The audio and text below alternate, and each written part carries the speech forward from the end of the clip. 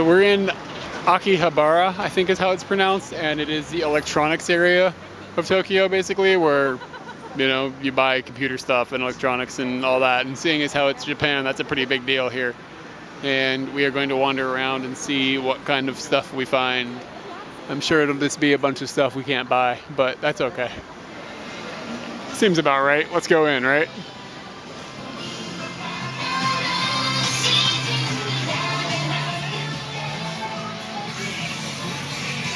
It's overwhelming.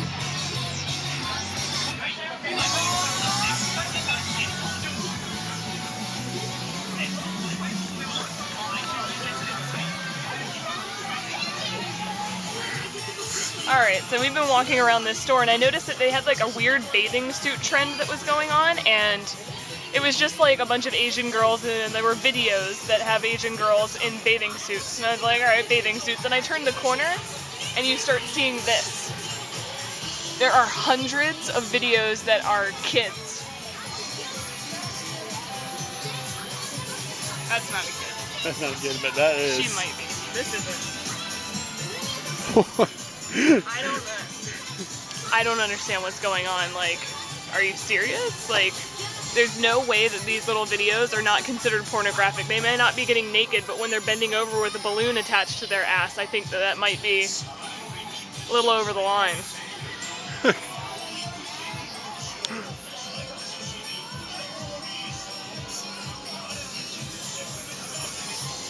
Well, we went up another floor and it has turned into nothing but smut, like 100%. This is just an Asian smut store, but it's attached to a video game store, so, So the smut floors, it goes up further than I can count by quite a bit.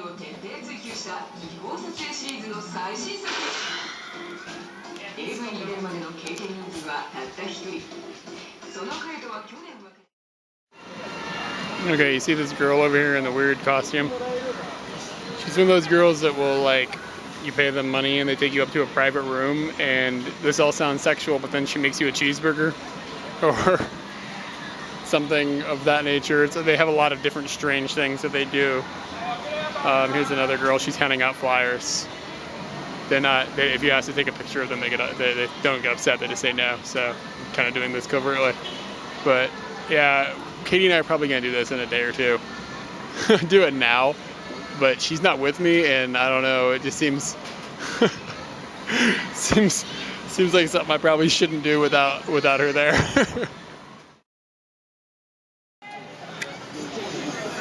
All right, so we've gone to one of these maid cafes that we've heard a lot about and seen a lot about, because there's a lot of girls dressed up in maid cafes on the streets, and they hand out flyers and they want you to come to their cafes.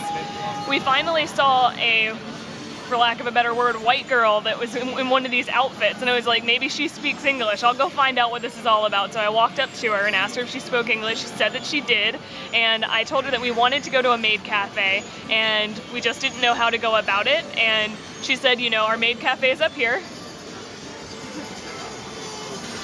And she said that the food was pretty cheap, which it didn't really turn out to be very cheap, but she also said that they make their food with Maid Magic, and that makes it taste delicious. So she said Maid Magic, and I was like, all right, we're going. I don't care how much it costs or whatever. So she takes us up to the second floor of a building, and we sit down at a picnic table type table, and all these girls are walking around in maids costumes. Like, the first thing I noticed is one of the maids is kneeling at a table putting ketchup onto like a hot dog. Like, she's kneeling on the ground. You'd never see a waitress do that. And this happened another time where another girl kneeled down to mix a man's coffee. So that was about as odd as it really got, as opposed to just being waitresses at a cafe. The girls are all really nice. When we got our food, we got a piece of cake and we got some soda, or iced coffee or whatever. And she came over, she asked us if we spoke English, we said no. So she pulled out a little piece of paper, and the little piece of paper said that we were gonna use Maid Magic on our food.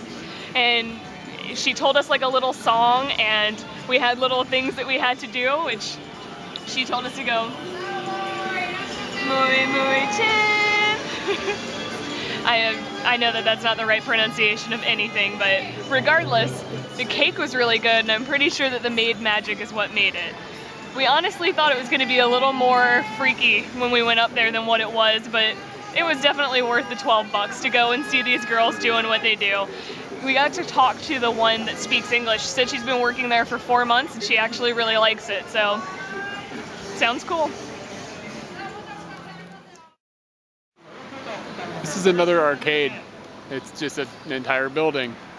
In addition to the couple of them that were down here and the one I just came out of that was over here. I mean, they're entire buildings. They're massive. I like that it's hard to tell if you're in a porno section or if you're in a toy store. Here it's pretty cut and dry. This is all Gundam stuff, so it's like, you know, figurines and toys and stuff. But downstairs, it's a little different. It's like costumes and they're kind of sexy, so I'm not sure what they're going for here, but here we are. Check out this robot.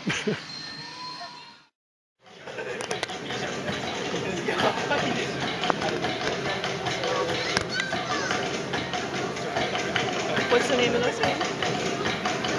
We're unsure the name of this game, but Eric has it on his DS and he's actually been playing it today, and this guy is a badass. He's playing a 2-player by himself. Normally you only use 1 stick. And 1 drum. Yeah, this guy's awesome.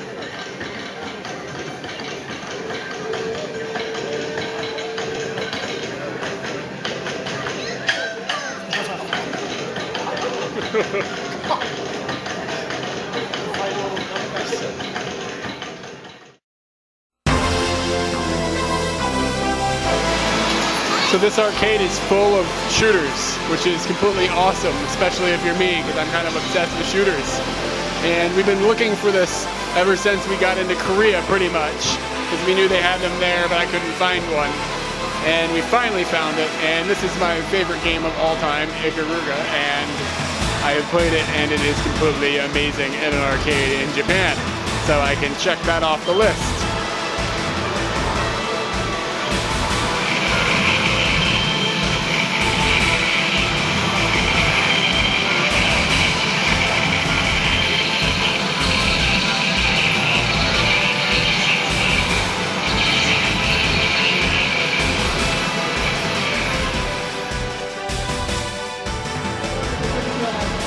This is the building that holds Akihabara. She wants to make a cheeseburger for me.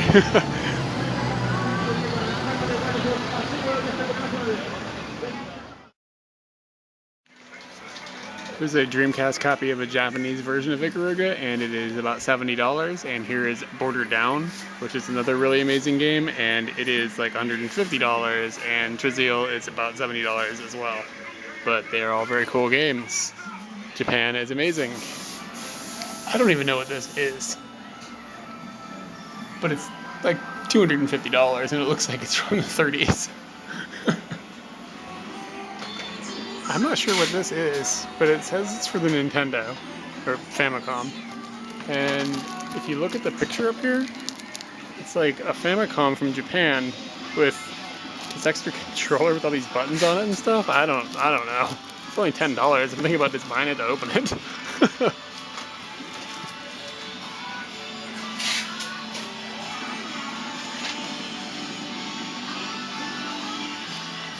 A bunch of Super Famicoms.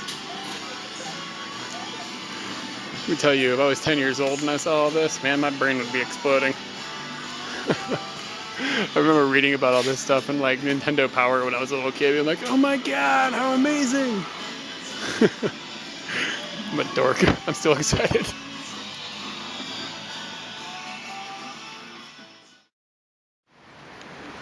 Here's a building that sells nothing but Antec stuff. I wonder if it's official Antec building.